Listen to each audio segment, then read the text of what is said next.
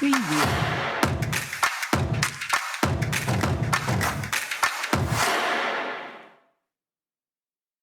Buenos días, bienvenidos un viernes más a Tech Talks by Skiller Academy aquí en Negocios TV. Hoy vamos a hablar de Venture Capital, vamos a hablar de inversión, sobre todo inversión en tecnología, y para ello tenemos con nosotros a Tom Horsey, founder de Startup Labs, Spain, Malta and Ionic Fund.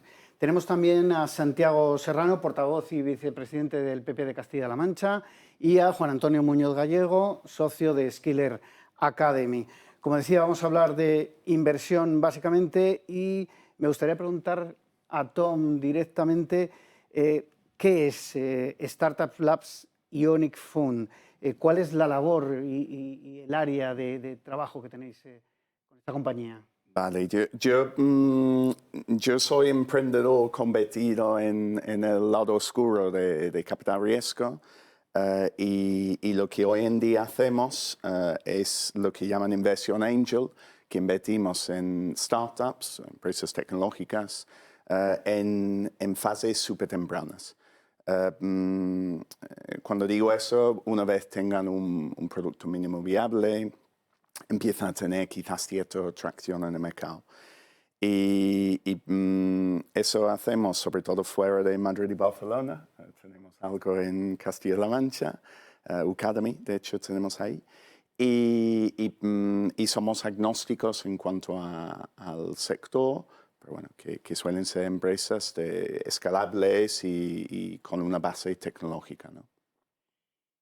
Santiago, teniéndote aquí, te tenemos que preguntar por esas iniciativas desde el lado público, lógicamente, para hacer que los inversores de las tecnológicas lleguen a nuestro país y bueno, pues atraigan también esa mayor inversión en el sector. ¿Qué iniciativas hay ahora mismo o qué se puede hacer? Bueno, es un momento particularmente bueno porque vamos a tener una inyección, estamos teniendo una inyección de fondos europeos sin precedentes, dentro de lo que es el plan de transformación, recuperación y resiliencia, que son 140.000 millones, hay uno de los ejes fundamentales que es precisamente la transformación digital.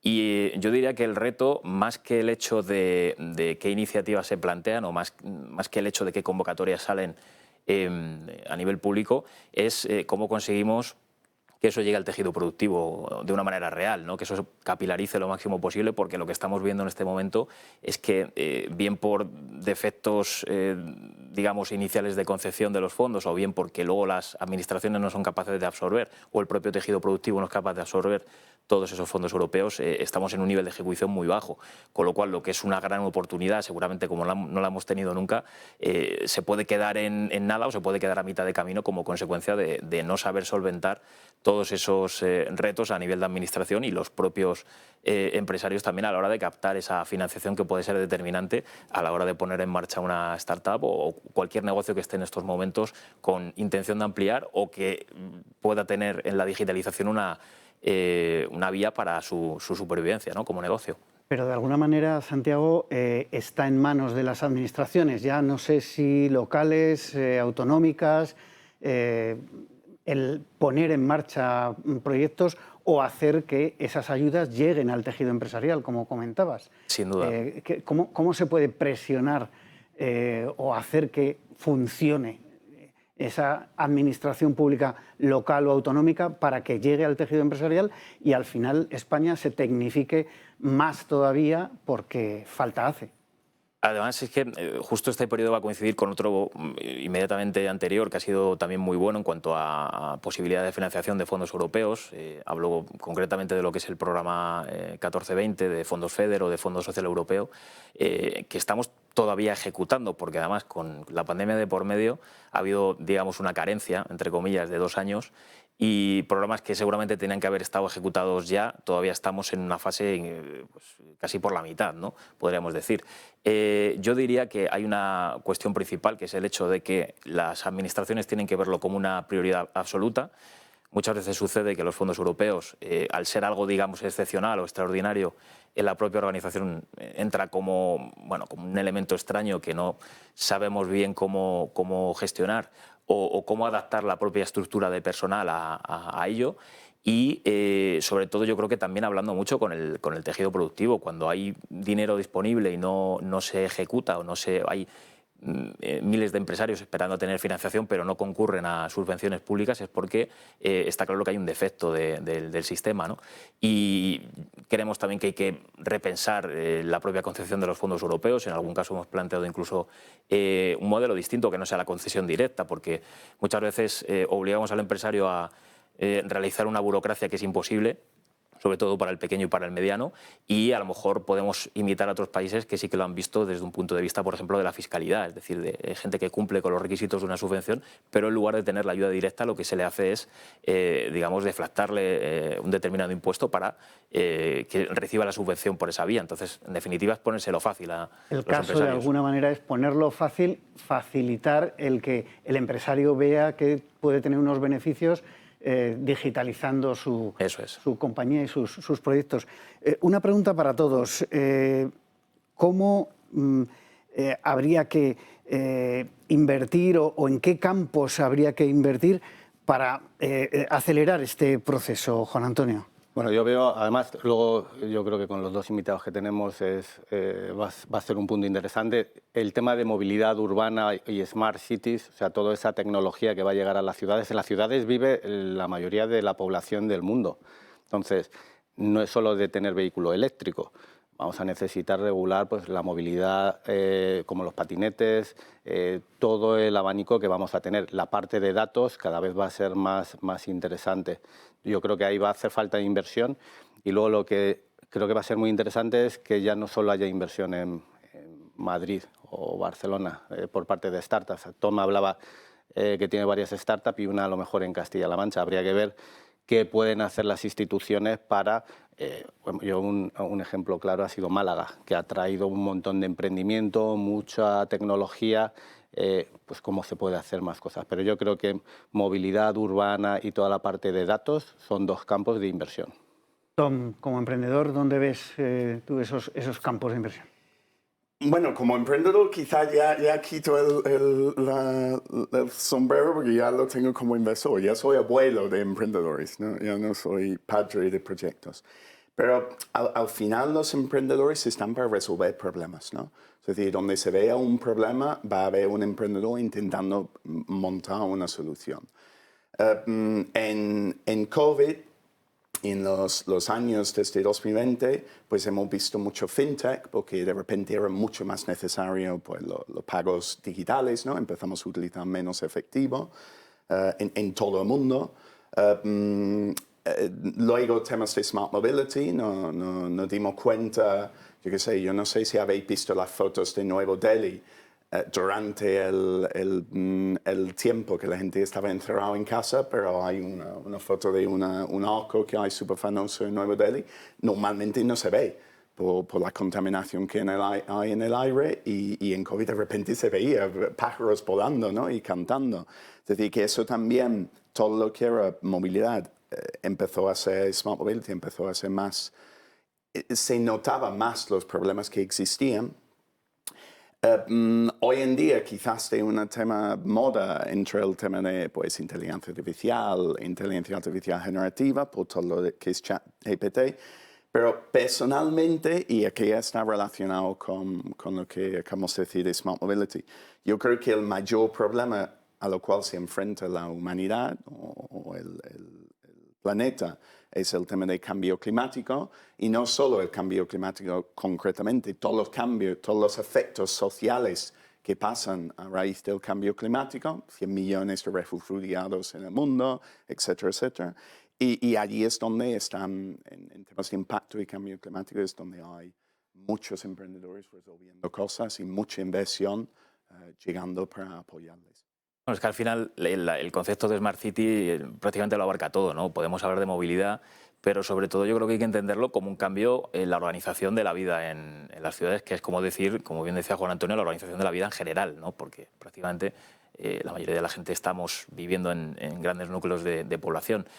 Sobre todo, no abandonar viejos clichés que nos ha pasado bueno, prácticamente con todo, ¿no? Que parece que Smart City era llenar la ciudad de pantallas, ¿no? táctiles, o llenarla de patinetes y ya con eso ya teníamos una ciudad Smart City y otra cosa. No, no, se trata de pensar cómo se organiza la movilidad, cómo se organiza la prestación de servicios desde un inicio y cómo los datos que te puede reportar una Smart City, ¿no? Dentro del concepto de Big Data, te puede ayudar a prestar, lo primero, a entender por qué se generan determinados problemas, como nos puede suceder con la movilidad, con la contaminación, y lo segundo, cómo saber en qué sectores invertir y cómo poner la mejor solución. Ahora que estamos también en un proceso de implantación de zonas de bajas emisiones, bueno, aquí en Madrid vamos, o se va bastante por delante, pero esto ya a partir de 2023 es una realidad en las de más de 50.000. Y yo lo que estoy viendo es que hay muchísimos sitios, por no decir la mayoría, que todo este tipo de medidas las están implantando sin ningún tipo de información previa. Es decir, lo estamos haciendo a la carta, más o menos imitando unas a otras, pero sin una información o datos reales de niveles de contaminación, de niveles de ruido, de, en definitiva, problemas de movilidad que pueda haber en determinadas zonas, y por tanto yo creo que eso es básico, que a su vez es lo que permite generar un buen clima, como sucede con Málaga, de atracción de la inversión, una ciudad que funciona bien, evidentemente atrae la inversión y favorece ese ecosistema empresarial. Porque, Santiago, las administraciones públicas están preparadas para esta transformación que ya tenemos encima, y me refiero, pues como decías, ¿no? Zona de bajas emisiones, cojo un plano de Madrid, hago así, y aquí no se puede pasar si no llevas coche eléctrico. Eso no es una solución inteligente, no es una Smart City. Eso es. Digamos, ¿qué tendría que hacer la administración pública para ponerse al día en todos estos temas? Yo creo que, en primer lugar, tener una planificación estratégica, por lo menos a medio plazo, ¿no? De saber hacia dónde vamos, porque lo que ha sucedido también en general con fondos europeos, pero concretamente con este tema, es que de repente bueno, sale la ley de cambio climático y transición energética, impone, en este caso, la zona de bajas emisiones a partir del 23, y como es una imposición legal, ya la Administración está calculando si eso le pilla a mitad o a final de legislatura, si lo va a hacer un poco por cubrir el expediente, para que nos entendamos, o si lo va a dejar correr y ya el que venga detrás que arree, ¿no? Como se suele decir. Yo creo que tiene que haber una planificación estratégica de las ciudades en todos los ámbitos, y que el ciudadano también sepa, y sobre todo también el empresario, hacia dónde camina esa ciudad y lo que se puede esperar, no que vayamos según la moda o según el dinero público que haya en Liza, yendo hacia un lado o hacia otro. Yo creo que hace falta la parte de formación, sin duda. De hecho, nosotros en la Academia trabajamos mucho con AMKT y la Fundación Pons. De hecho, hay un observatorio de movilidad, y lo que se está empezando a hacer es ese mapa de tecnologías que pueden ayudar a una ciudad a ser mucho más sostenible, como comentaba Tom. Luego va a ser importante que las ciudades tengan un sitio para probar esa tecnología. De hecho, yo creo que Madrid tiene como un barrio en donde un emprendedor o una tecnológica de Smart City puede probarlo en real. Yo creo que todo eso va a evolucionar. De hecho, creo que el Observatorio de Movilidad de AMKT, que la verdad está ayudando bastante, no es el único. Creo que Tom también participa en algún, no sé si es algún hub de movilidad, que también está proporcionando esa información para instituciones y compañías para poder desarrollar la tecnología. Tom, hilando con este tema, sin llegar a cambiar, la inteligencia artificial, ¿qué papel va a jugar en todo esto de las Smart Cities, y cómo se puede aprovechar de una forma buena para los ciudadanos, para todos? Mira, la inteligencia artificial es solo inteligente si hay muchos datos. Entonces, lo primero que necesitas es recopilar muchos datos. Acabas de decir que quizás no hay los datos suficientes hoy en día para tomar decisiones con inteligencia humana, ¿no? Entonces, lo primero que necesitamos es tener, realmente, si vamos a ir por ese camino, es recopilar toda la información. Ya hay sensores por todas partes, nosotros los llevamos en los bolsillos con los móviles, los vehículos conectados inteligentes, las infraestructuras inteligentes. Recopilar esos datos y luego eso nos da para que los algoritmos puedan sacar conclusiones. Pero ahora mismo estamos en una fase, en ese sentido, bastante anterior, porque no están los datos suficientes para hacerlo, por lo menos en sitios como China, donde hay exigencia regulatoria de que todo conecte los vehículos, por ejemplo, con la administración central, pues tiene mucho más datos que hay aquí. El tema de inteligencia artificial no es nuevo. O sea, yo que estudié informática, o sea, el tema de inteligencia artificial siempre ha estado ahí. Sí que es verdad que ahora ha llegado un poco a ese usuario final que ha dicho, oye, esto puede ser algo que me ayuda en el día a día. Y es en donde ha tenido esa tendencia ahora. Yo creo que hay un poco de moda en esto de inteligencia artificial, igual que lo hubo con el tema metaverso que explotó, y yo creo que ahora se ha desinflado, pero le viene bien porque ahora crece a la velocidad que debe. Inteligencia artificial va a pasar algo parecido. Ahora ha despegado, ha habido como un boom, parece que vamos a usarlo para todo, luego bajará. Yo creo que la parte de datos y tecnología siempre nos va a ayudar y la inteligencia artificial también. ¿La inteligencia artificial dejará de lado, de alguna manera, buscadores como Google, que es el más utilizado? Tom. Mira, hay una guerra ahí, ¿no? Que Microsoft sacó su versión de Bing con ChatGPT, ha hecho una inversión, bueno, 10.000 millones, me parece, en OpenAI, los que están detrás de ChatGPT. Y luego sacó Google, pues poco después, Bard, que tuvo un pequeño fallo en una de sus respuestas y bajó la cotización de la empresa una barbaridad. Entonces parece ser que allí hay una pelea en cuanto a los buscadores. Baidu también tiene uno que se llama Ernie, es decir, que todos los grandes buscadores están peleando en ese campo. Y esto sin hablar de cosas como Meta, que a ver lo que hacen, ¿no? Pero bueno, donde es más importante el tema de inteligencia artificial es en ser una herramienta que utilizan los humanos para facilitar su trabajo y para crear nuevos trabajos, ¿no? Es como el ordenador cuando empezó a salir. Yo me acuerdo y yo era como la última generación que no nos permitían llevar calculadoras a los exámenes en el colegio. Ya hoy en día es impensable que alguien no vaya con la calculadora, pues pasará lo mismo con el móvil y todo lo demás, que tenemos que aprender a utilizar estas herramientas, no pelear contra ellos. Santiago, hay mucho interés, lo estamos hablando, por invertir en innovación real, sobre todo tecnológica, digitalización, ya no solo de las ciudades, del tejido empresarial en general en España, y al mismo tiempo que también ha salido en la conversación que se una con la sostenibilidad, con esos objetivos de sostenibilidad. ¿Cómo se puede apoyar desde la Administración proyectos de Web3, de inteligencia artificial, pero que al mismo tiempo cumplan esos objetivos o tengan dentro de sus procesos el cumplir los objetivos de sostenibilidad? Bueno, yo creo que la clave es lo que comentaba Tom, que es hacer un uso inteligente de la inteligencia artificial, de la Web3 o del blockchain, ¿no? Son herramientas o perspectivas de futuro que nos dan un abanico amplísimo, por no decir casi infinito, de utilización. Es decir, ya no solamente que con inteligencia artificial, y esto ya está pasando, ¿no?, se puedan incluso dictar sentencias judiciales en base al procesado de toda la información, ¿no?, de un procedimiento judicial, o que se pueda imitar la voz humana hasta un punto pues casi perfecto, ¿no? De tal forma que ya no tengamos que utilizar locutores o yo hace poco estaba en un espectáculo de actores de doblaje y ellos mismos lo decían, ¿no? Decían, joder, es que a lo mejor dentro de 5 años o 10 ya no somos necesarios porque ya hemos creado la máquina que permite generar una voz tan buena y tan bonita y tan perfecta como la que puede tener el mejor locutor del mundo, ¿no?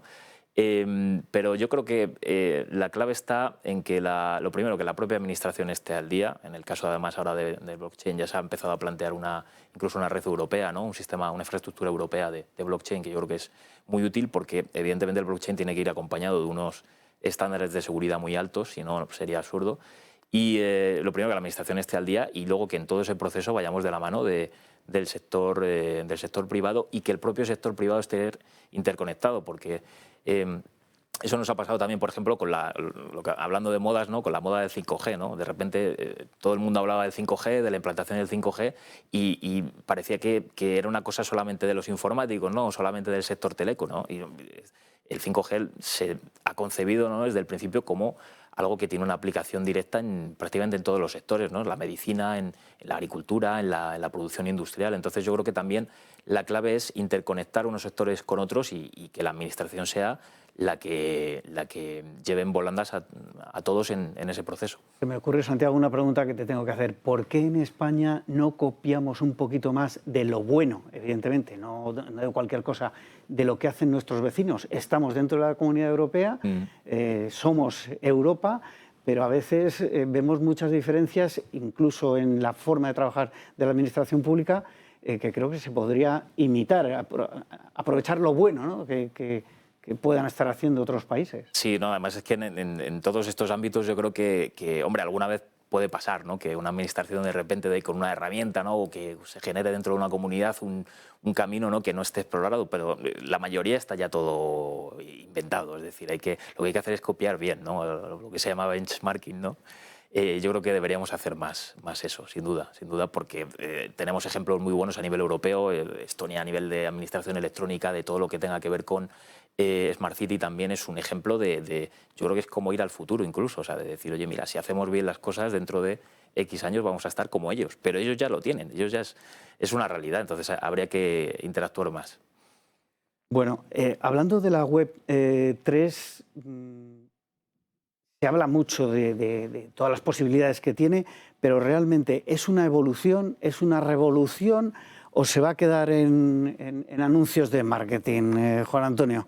Yo creo que es una revolución. O sea, sí que esa gestión de activo digital va a cambiar mucho. Por eso hace falta la regulación que comentaba Santiago. Oye, ¿qué podemos hacer ahora que tenemos activos digitales y son tan fáciles de enviar de un sitio para otro? La falta de conocimiento a nivel de la población es tremendo. O sea, si ya hay un gap en el mundo digital, que vemos que en muchos servicios digitales hay cierta parte de la población que tiene muchas dificultades, si esto sigue corriendo a la velocidad que corre en la Web3, va a haber mayor problema. O sea, que sí que va a haber que empezar a pensar, oye, ¿cómo preparamos a la población para este nuevo ecosistema? Que yo creo que nos hace falta trabajar mucho. Mira, el metaverso en sí, en la parte de Web3, quizás es un poquito más de moda, ¿no? Es decir, sí es verdad que no estamos tan lejos de cosas de ciencia ficción como Ready Player One o como Peripheral, no sé, los que les gusta la ciencia ficción, pero y hay empresas como Play of Nations que ayudan a utilizar esas herramientas para acercar las marcas a la generación Z, ¿no? Pero es verdad que la tokenización de activos de todo tipo tiene mucha, es muy claro, ¿no? Nosotros en Ionic pues seguimos levantando fondos, estamos abiertos todavía a inversores, no con tokenización, pero que la posibilidad de ir a firmar algo en blockchain en 2 segundos, comparado con tener que ir a notario, está muy claro. Hay Societe General, por ejemplo, hizo un primer piloto de tokenizar todos los papeles necesarios para los buques con petróleo hace unos años.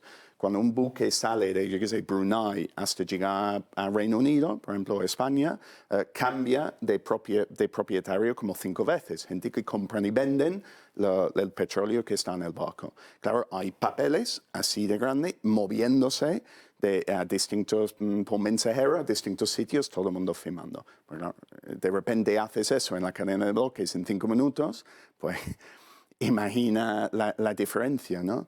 Luego, yo qué sé, crear una hipoteca. Hemos visto con lo de Silicon Valley Bank, con Credit Suisse, con Deutsche Bank, pues tener intermediarios financieros como son los bancos ayuda a que el sistema sea más estable, pero bueno, también tiene sus problemas, ¿no? Pues en blockchain, en la cadena de bloques, tú puedes con Oasis, que es una cosa de Maker, básicamente crear una hipoteca, es decir, hipotecar unos activos en segundos, en un minuto como mucho, sin ninguna intermediación. Yo creo que ese tipo de cosa que democratiza estos distintos sectores y además los hace más eficientes, está muy claro. Es decir, revolución sí, pero sí, regulación hace falta. Sí, bueno, y en el caso del metaverso yo creo que es también una gran oportunidad. Yo creo que hay que verlo también como una inversión, porque es verdad que ahora estamos en una fase quizá muy inicial, o incluso más empezando por financiar o por favorecer prototipos, ¿no? O ver qué aplicación tiene un sector u otro, pero yo creo que hay que verlo como una inversión que además te puede ahorrar muchísimo dinero, tanto a empresas como a administración, ¿no?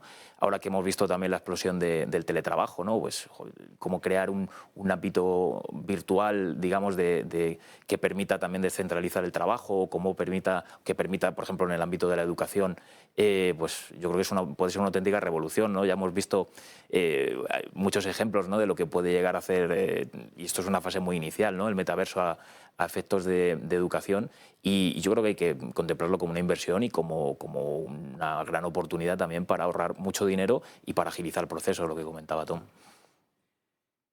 Hablando de todo lo que es las nuevas startups, las nuevas compañías más tecnológicas o los nuevos proyectos, vamos a decir, parece que todo se reparte de alguna manera en España entre Madrid y Barcelona.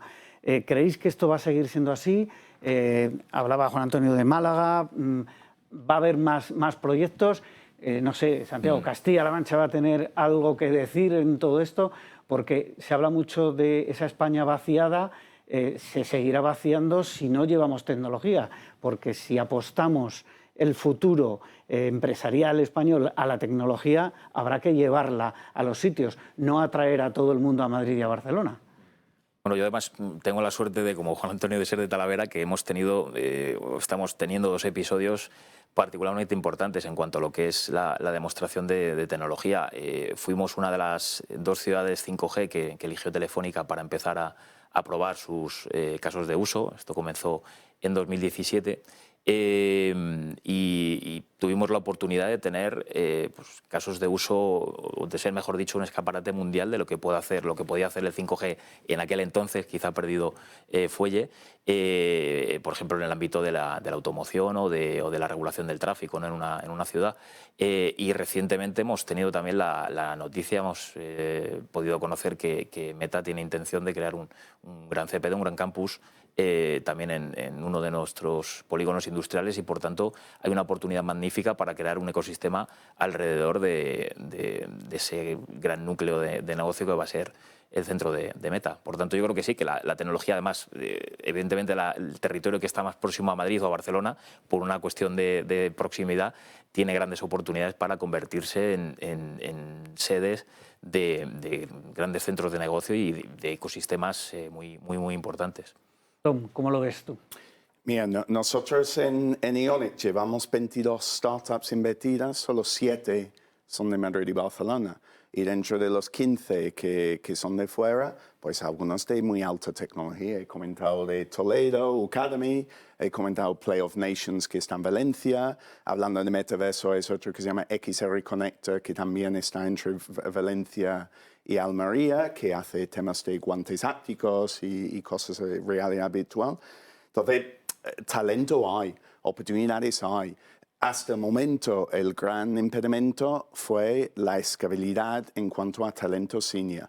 Pero con lo que acabamos de comentar de la descentralización del trabajo, ya es posible contratar a una persona desde Jaén que está viviendo y trabajando para ti en Nueva York.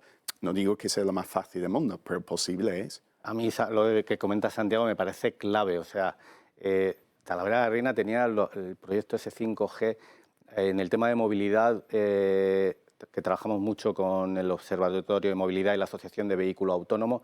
Decían, el 5G va a ser imprescindible, y ese proyecto que había ahí para crear esa red 5G para ese vehículo autónomo que se conduce solo, que fuera a nivel europeo. Y a veces en las administraciones sí que es verdad que pierden esa oportunidad, se queda ahí como un poco paradilla. Esperemos que este año pues, haya más cambios y a positivo. Bueno, pues hasta aquí lo que ha dado de sí este programa Tech Talks by Skiller Academy en esta mañana de viernes aquí en Negocios TV. Despido ya a Tom Horsey de Ionic Fund, a Santiago Serrano, portavoz y vicesecretario del PP de Castilla-La Mancha, y a Juan Antonio Muñoz Gallego, socio de Skiller Academy. A todos ustedes les espero el próximo viernes aquí en Tech Talks by Skiller Academy en Negocios TV.